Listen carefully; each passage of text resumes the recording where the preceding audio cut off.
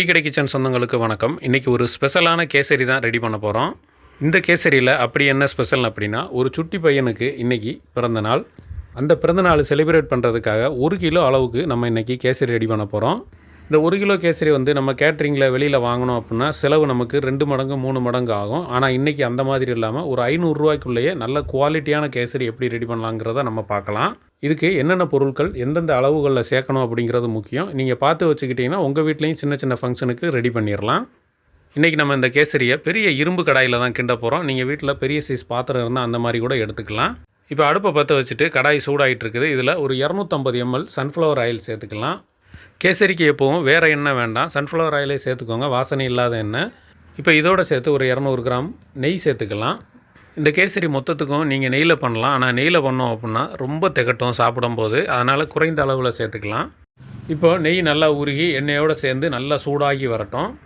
இப்போ எண்ணெய் சூடானவுடனே இதில் 1 டீஸ்பூன் அளவுக்கு ஏலக்காய் பொடியை உள்ளே சேர்த்துக்கலாம். நீங்கள் ஏலக்காய் பொடி இல்லை அப்படின்னா ஒரு 10 ஏலக்காயை பிச்சுட்டு கூட உள்ளே சேர்த்துக்கலாம்.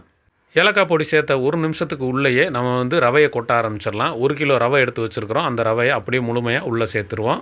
இப்போ இந்த எண்ணெய் நெய்யிலேயே இந்த ரவையை நல்லா வறுக்க போகிறோம். நம்ம ரவையை உள்ளே சேர்க்கும் போதே எண்ணெய் இந்தளவுக்கு நல்லா சூடாக இருக்கணும்.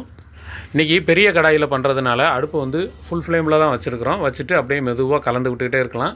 ரவை கரிகிராத அளவுக்கு நல்லா கலந்து விட்டு ஒன்று போல் வறுத்தெடுக்கணும். ரவா கேசரியை பொறுத்தளவுக்கு இந்த ரவையை வறுக்கிற பக்குவம் தான் ரொம்ப முக்கியம். லேசாக கருக விட்டுட்டால் கூட ஃபினிஷிங்கில் நமக்கு கேசரியை பார்த்திங்கன்னா லேசாக கருப்பு கருப்பாக இருக்கும். டேஸ்ட்டும் பார்த்திங்கன்னா துண்டாக தெரிஞ்சிடும்.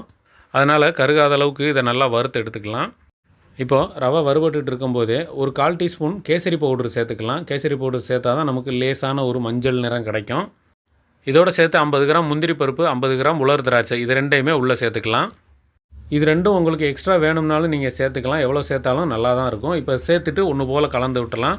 அந்த ரவையோட சூடுக்கே பார்த்தீங்கன்னா உலர் திராட்சையும் முந்திரியும் நல்லா வறுபட்டு வந்துடும். இப்போ கிட்டத்தட்ட ஒரு 8 நிமிஷமாக இந்த ரவையை நல்லா வறுத்தாச்சு. நம்ம வீட்டில் உள்ள அடுப்பில் பெரிய கடாய் வச்சு பண்ணியிருக்கிறோம். அதனால தான் இவ்வளவு டைம் ஆயிருக்கு. இதுவே பெரிய பர்னர் அப்படின்னா இவ்வளோ நேரம் ஆகாது, சீக்கிரமாகவே வறுபட்டுரும். இப்போ இந்த இடத்துல நம்ம சூடான தண்ணி சேர்க்க போகிறோம். இந்த தண்ணியோட அளவு எப்படி எடுத்துருக்கோம் அப்படின்னா ரவையோட பங்கில் 3 பங்களவுக்கு எடுத்துருக்குறோம். அதாவது ரவையை முதலே எடுத்து ஒரு பாத்திரத்தில் அளந்துட்டு அந்த பாத்திரத்தில் 3 பங்கு அளவுக்கு தண்ணி வச்சு நல்லா கொதிக்க விட்டுருக்குறோம். இந்த தண்ணி இதில் கேசரியில் ஊற்றுறதுக்கு முன்னாடி நல்லா கொதிக்க வச்சு தான் ஊற்றணும். பச்சை தண்ணி ஊற்றி பண்ணோம் அப்படின்னா நமக்கு கேசரி களி மாதிரி ஆயிரும். அதனால தான் சூடான தண்ணியை நம்ம ஏற்கனவே வறுத்த அந்த சூடான ரவையில் ஊற்றுறோம். இந்த மாதிரி சூடான தண்ணி ஊற்றி பண்ணும்போது அந்த ரவை குழையிறதுக்கான வாய்ப்பு கிடைக்காது. அதனால் சீக்கிரம் வெந்து அப்படியே தனித்தனியாக முத்து முத்தாக ஆயிரும். இப்போ சூடான தண்ணி சேர்த்துட்டு அப்படியே விடாமல் கலந்து விட்டுக்கிட்டே இருக்கலாம். அதில் சின்ன சின்ன கட்டிகள் இருக்கிற மாதிரி தெரியும். நம்ம ஆனால் கலந்து விட அந்த கட்டிகள் எல்லாமே உடைய ஆரம்பிச்சிடும். தண்ணி சேர்த்து கிண்ட ஆரம்பித்து கொஞ்சம் நேரத்துலேயே பார்த்தீங்கன்னா ரவையெல்லாம் வெந்து நல்லா உப்பி வந்திருக்கும்.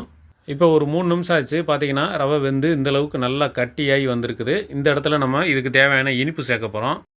இனிப்புக்கு பார்த்திங்கன்னா இன்றைக்கி நம்ம சீனி தான் எடுத்துருக்குறோம். சீனியோட அளவு 2 கிலோ அளவுக்கு சேர்த்துருக்குறோம். அதாவது 1 கிலோ ரவைக்கு 2 கிலோ அளவுக்கு சீனி. இந்தளவுக்கு சேர்த்தோம் அப்படின்னா கேசரி நமக்கு நல்லா தித்திப்பாக இருக்கும், சாப்பிட்றதுக்கு நல்லா சூப்பராக இருக்கும். ஒருவேளை உங்களுக்கு இனிப்பு ரொம்ப அதிகமாக இருக்குன்னா ஒரு 1/4 கிலோ அளவுக்கு மட்டும் குறைச்சிக்கோங்க. சீனியை சேர்த்து அப்படியே கிண்டி விட்டுக்கிட்டே இருக்கலாம். அந்த சீனி சேர்த்ததுனால கொஞ்சம் நேரத்துலேயே பார்த்திங்கன்னா நமக்கு கட்டியாக இருந்த ரவை எல்லாமே திரும்பவும் மெல்ட் ஆகி வரும். இப்போ சீனி எல்லாம் உருகி நல்ல ஒரு லிக்விட் பதத்தில் வந்திருக்கு. இப்போ நம்ம விடாமல் அப்படியே கிண்டி விட்டுக்கிட்டே இருக்கணும். இது கொஞ்சம் லேசாக கட்டியாகி திக்காகி வரும்போது நம்ம கேசரி இறக்கிடலாம். இந்த இடத்துல ஒரு முக்கியமான விஷயம் என்னென்னா நமக்கு நெய் முதலே சேர்த்துட்டோம். கிட்டத்தட்ட 200 கிராம் அளவுக்கு சேர்த்துட்டோம். நீங்கள் இடையில நெய் சேர்க்கணும்னு அவசியம் கிடையாது. இப்போ சீனி சேர்த்து ஒரு 4 நிமிஷம் ஆச்சு. நம்ம கேசரி பார்த்திங்கன்னா நல்லா இந்தளவுக்கு ஒரு பக்குவத்துக்கு வந்திருக்குது. இந்த ஸ்டேஜில் நம்ம இதை இறக்கி வச்சாலே போதும். கொஞ்சம் லேசாக ஆறி வரும்போது நமக்கு நல்லா எடுக்கிறதுக்கு கட்டியாகி வந்துடும். இப்போ நம்ம இந்த ஸ்டேஜில் ஸ்டவ் ஆஃப் பண்ணிவிட்டு அப்படியே ஒரு பெரிய பாத்திரத்தில் இது எல்லா கேசரியுமே மொத்தமாக உள்ளே ஊற்றிடலாம். ஏன்னா கடாயிலே வச்சிட்டோம் அப்படின்னா அந்த சூட்டுக்கு இன்னும் கொஞ்சம் நேரம் இதாகிட்டே இருக்கும்.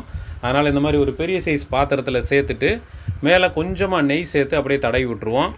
இந்த மாதிரி நெய் தடவி வச்சிட்டோம்னா அந்த மேல் பக்கம் காயாமல் இருக்கும். இப்போ இந்த மாதிரி ரெடி பண்ணி வச்சுட்டு ஒரு 1/2 மணி நேரம் கழித்து எடுத்து நம்ம வந்திருக்கிற கெஸ்ட்டுகளுக்கு கொடுத்தோம் அப்படின்னா கரெக்டான ஒரு பக்குவத்தில் அவங்க சாப்பிட்ற அளவுக்கு இருக்கும். சூடும் அந்த நேரத்தில் கரெக்டாக இருக்கும். நெய் தடவி விட்டுட்டு மேலே கொஞ்சமாக டுட்டி ஃப்ரூட்டி இருந்தது அப்படின்னா லேசாக டெக்கரேஷனுக்காக தூவி விட்டுறலாம். தூவி விட்டுட்டு நம்ம ஆற விட்டுறலாம். நீங்களும் உங்கள் வீட்டில் சின்ன சின்ன ஃபங்க்ஷனுங்களுக்கு இந்த மாதிரி ஒரு சூப்பரான ரவா கேசரி ரெடி பண்ணி சாப்பிட்டு பார்த்துட்டு டேஸ்ட் எப்படி இருக்குன்னு மறக்காமல் கமெண்ட்டில் சொல்லுங்கள். நன்றி.